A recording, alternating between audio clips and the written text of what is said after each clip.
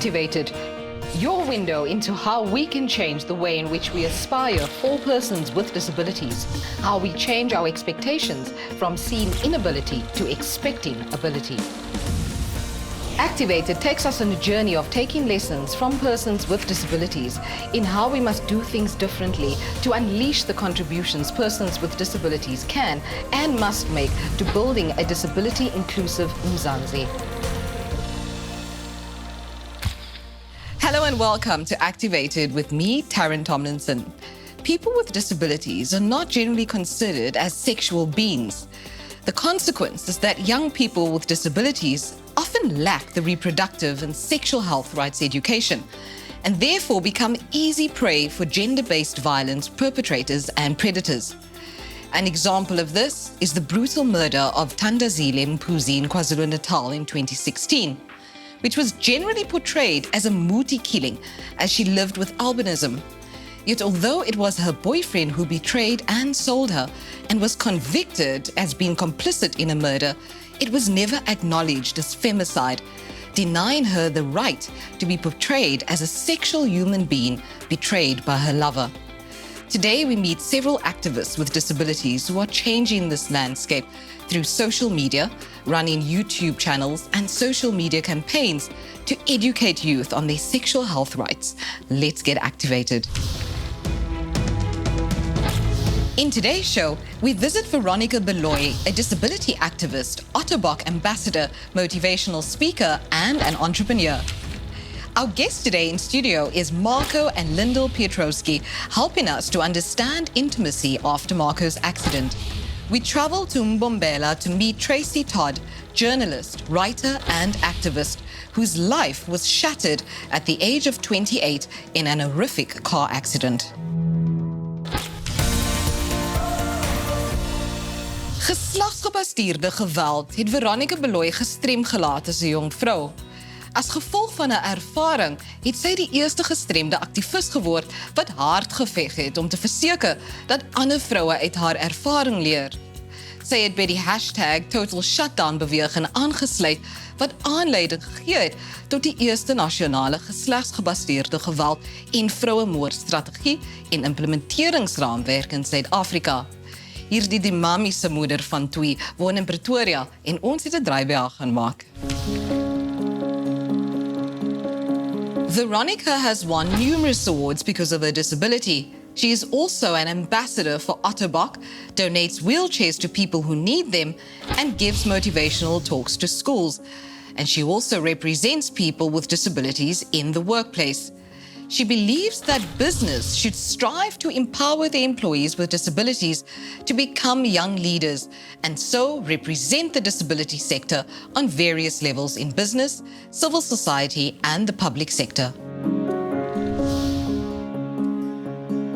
So I fight for women who are abused daily.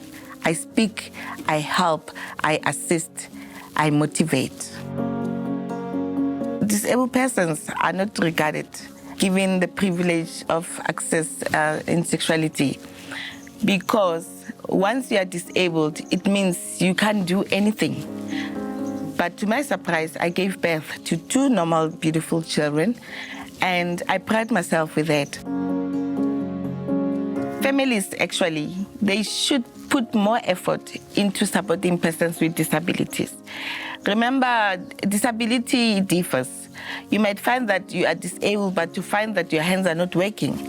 Then you end up living to yourself and seeking for help on the street or pushing yourself to the healthcare service. Maybe when I want to go to a clinic and to find out that I was not feeling well.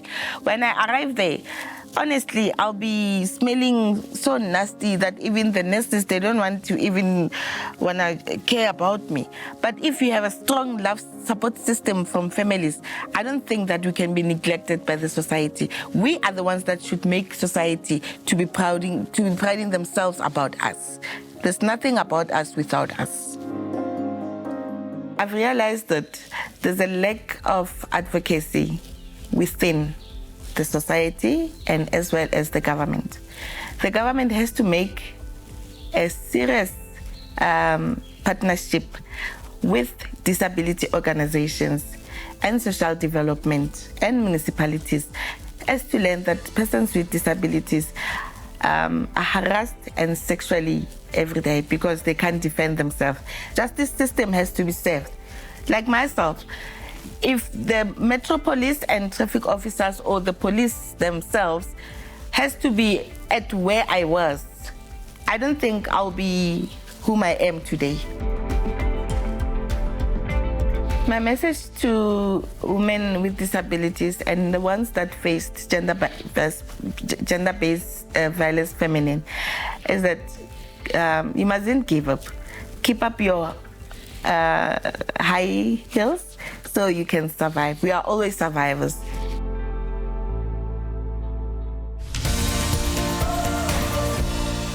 Ons moet saam met die polisie, aanklaers en howe werk en sorg dat diegene wat ander mishandel in hegtenis geneem en skuldig bevind word.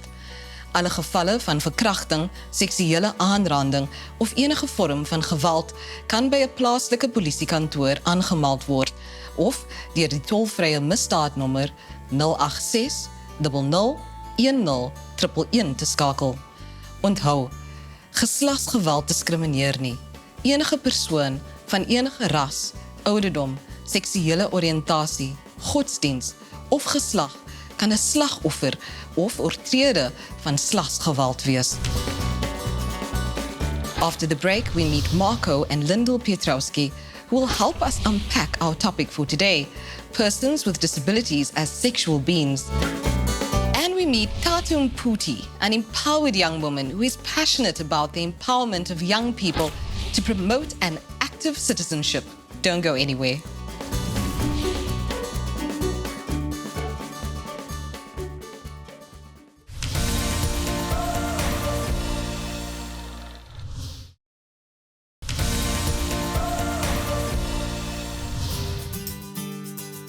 Welcome back. People with disabilities are sexual and express their sexuality in ways that are as diverse as everyone else's. The belief that people with disabilities are not sexual could stem from the idea that they are considered childlike and therefore are excluded from having sexual health rights. However, most people, including young people, are sexual beings, regardless of whether they have a disability. Accurate and developmental appropriate sexual health education, which acknowledges and affirms all people's sexuality, is necessary for young people to learn about self, relationship safety, and responsibility.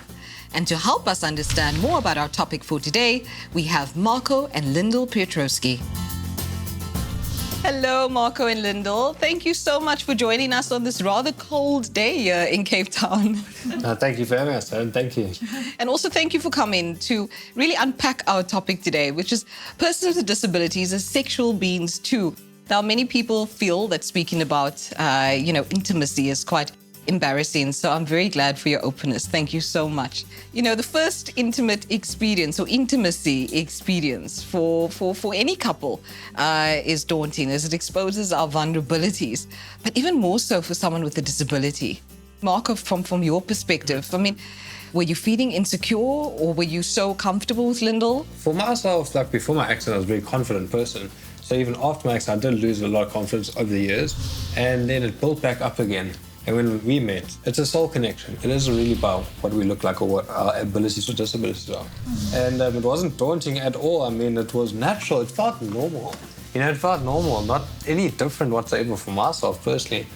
Not really from a sexual point of view, but just in general, I thought, oh, he's like a piece of glass. Am I going to break you? How do I, what needs to be done with this, story here? Yeah. So I was always so scared of like how to lay with him. And we were actually holding hands and we were kind of wrestling our hands going back and forth. And I thought he was very weak. And suddenly he said, go for it, like arm wrestle me.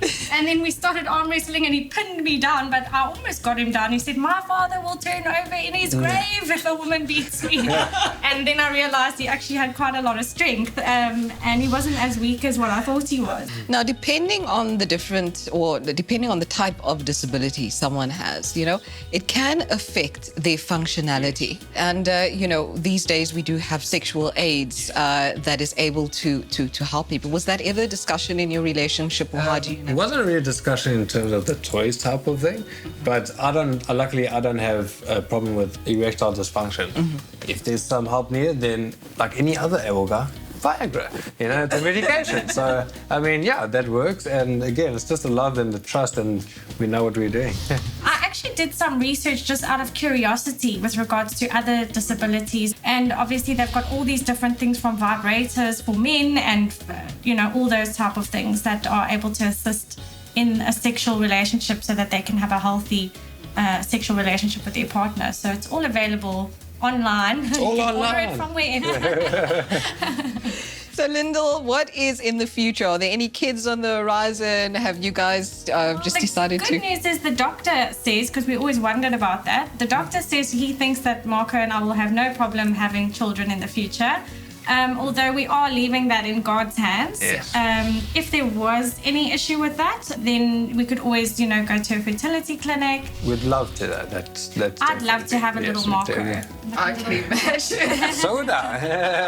A little bodybuilder. Someone to instruct. Oh, definitely. Marco, is there any advice that you would like to leave in parting for someone who has newly, become disabled and is looking to have a fulfilling and intimate relationship? Is there some advice you would like to give them? To really not see it as a disability, to not let it go down. Keep your confidence up, to keep any guy, male or female, just have confidence. And if you don't, trust me, it will come. When you find the right person, I keep on looking at my wife. I was in dark places myself, and I thought, I'll never find a partner. If you reach for it and you believe it and you have the faith, God willing, we'll make it happen. Absolutely. And I mean, you guys are both a testament to that. Thank you so much for coming and for sharing your story so openly with us. We really appreciate it. It's an absolute Thank you. pleasure. Thank you for having us. It will really encourage those out there to really pursue the relationships that they dream of, and God always has someone in store for everyone. So, yeah. Thato Mphuthi is 'n jong vrou wat passievol is oor die bemagtiging van jong mense om 'n kultuur van aktiewe burgerskap te bevorder. Thato Mphuthi is the director of Enabled Enlightenment, a space that seeks to educate, inform, and sensitize you on issues of disabilities. In the process, we will get an opportunity to learn, unlearn, and relearn new ways of doing and communicating better without offending any person living with a disability. As a young Black woman, I advocate for access holistically. I speak on sexual and reproductive health rights, education, but all of this has been done using the disability lens, because drawn also from my lived experience, it's a bit difficult for a young Black woman with a disability to get access to services such as contraceptives, termination of pregnancy, and therefore, because we're living in an ableist society, persons with disabilities should not be having sex. So why are you coming to get a contraceptives when you shouldn't be having sex? At some age when I wanted to access contraceptives, and the whole environment wasn't enabling for me as a young woman with a disability, because what people looked at is the disability and not a young woman who is knowledgeable, who is empowered, who wants to protect themselves, and just to get to access these services, because this is your basic human right. Ke la ka sebetsa mokgatlong o bitswang ka ke Young Urban Women movement o leng hore mo ke mo batho ba bomme ba batjha ba ne ba kopana ebe re lekola taba tse kang economic justice, decent and unpaid care work, just hore ba ikutle le bona ka re ba empower le bana le di skills le di tools tse ba ka di sebedisang hobane bongata ba batho ba ileng hore ba ne ba le mokgatlong o ke batho ba ne ba ileng hore ba khona ba qetang school, and it has also helped me get the confidence ya hore le nna ke tsebe ho qala mokgatlo wa ka ebe ke bona di gaps tse ileng hore di ba teng mona mosebetsing wa kapa spacing sa activism.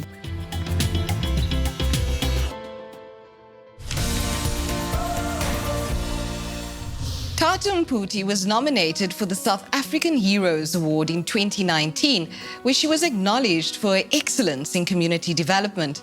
In the same year, she was nominated for the Woman of Stature Award and recently was nominated for the Junior Chamber International 10 Outstanding Young Persons Award. Definitely someone to watch out for. After the break, we meet Tracy Todd, a mother, a wife, inspirational speaker, writer, and businesswoman. We'll be right back.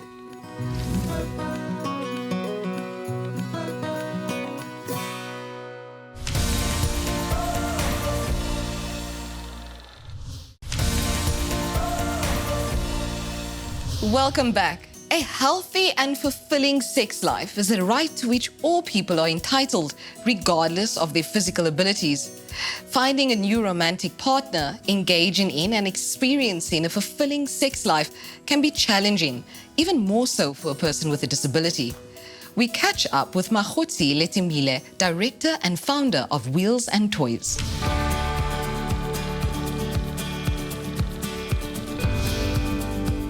Wheels and Toys started as a concept that addresses sexual matters for people living with disabilities. As a woman that is currently living with a disability that I acquired in 2016, started as a health matter because with my disability in 2016, I started being incontinent. So learning that devices that can actually help strengthening the muscles from the outside, because that's what the toys do, that they strengthen muscles that your body has lost control of. I realized that, okay, so if I can control my incontinence, I know that there are other people that it can help. And the goal for Wheels and Toys is that for every toy that a customer buys, I want Wheels and Toys to gift a toy to any woman in the world, anywhere, for free of charge, with instructions about how to use it so that they can improve their lives. Because I experienced a lot of shunning when it came to like addressing dating as a disabled woman. And we have needs, we're human beings. So if I don't have human contact, I should still be able to have sexual pleasure as a disabled woman. It doesn't mean that I shouldn't get pleasure just because I'm disabled.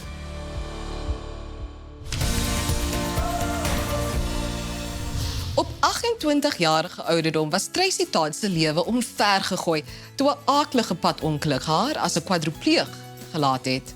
Haar lewe as 'n atleet, moeder en onderwyseres is skielik verpletter.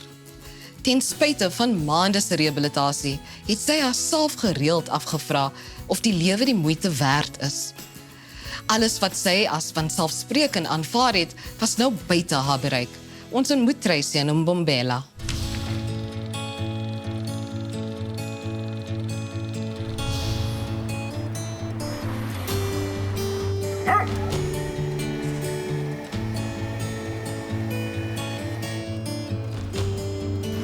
For me to share my story with people out there to try and make a difference to changing society's attitudes. Because society just automatically writes you off when you're immediately disabled. You know, I don't want the society just to decide that I can't because I'm paralyzed. So I think that's where the activism came in. I felt that the more I go out there and share my own personal story and to prove to everybody that I can do it when they say I can't do it, it will be changing mindset slowly but surely. Because I realized that this can happen to anyone at any time. A friend of mine told me of her whole love story of how she'd met a man on the internet and she said, Tracy, you should try it. So I actually just joined an online dating site. Most of the men were mainly interested in the mechanics of my wheelchair, actually. But it didn't matter. It was just nice to have someone to talk to. And anyway, and then this man said to me that he was a runner, and I said, I used to be. And the one regret that I had in my life was I never got to run the Comrades Marathon. And he said, well, he would run it on my behalf. And I know he did because I saw him on TV running across the line with a big banner that said, for my friend Tracy Todd. The biggest thing that I had to do first was learn to love myself again. I was very physically active, very sporty, and all of a sudden you are stuck in a wheelchair where you can't actually keep up with your fitness and whatever. And I used to look at myself and just hate what I saw in the mirror. And I thought, no one's going to love me again. You know, no one will be able to love me. And I realized I actually have to learn to love myself. So that is a journey that took time and work. And every day I had to look at myself in the mirror and say, you are enough. And I also realized that if I am going to find love again, besides loving myself, I'm not going to settle for anything less than the best, because that is what I deserve. And that's what I tell all women. Don't settle. You don't have to. You deserve the best possible companion and love in your life. And that's what you need to go out and reach for. And I believe that's what I got. Ons wens Tracy en Roy alle sterkte toe vir hul toekoms. Voor ons tot sien sê, kyk ons na die fantastiese boek Look at Me. Hierdie boek neem die leser op 'n inspirerende reis wat jou dwing om gestremde vrouens in 'n ander lig te beskou.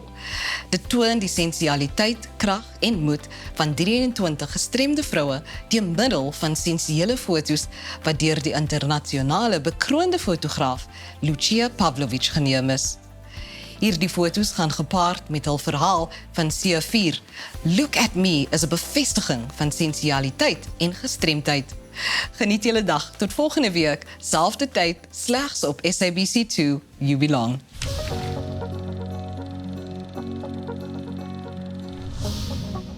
The title Look at Me showcases the sensuality, strength and courage of 23 disabled women.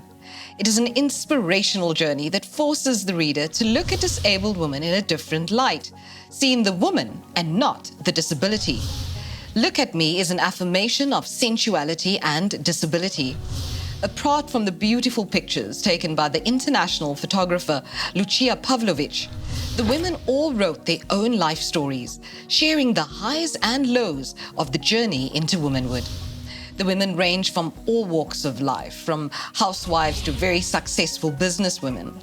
Some were born with their disabilities and others got it through an accident or an illness later in life. The compiler Marlene Leroux had polio as a child and walks with the aid of a caliper. Marlene personally sourced all the ladies featured in this book.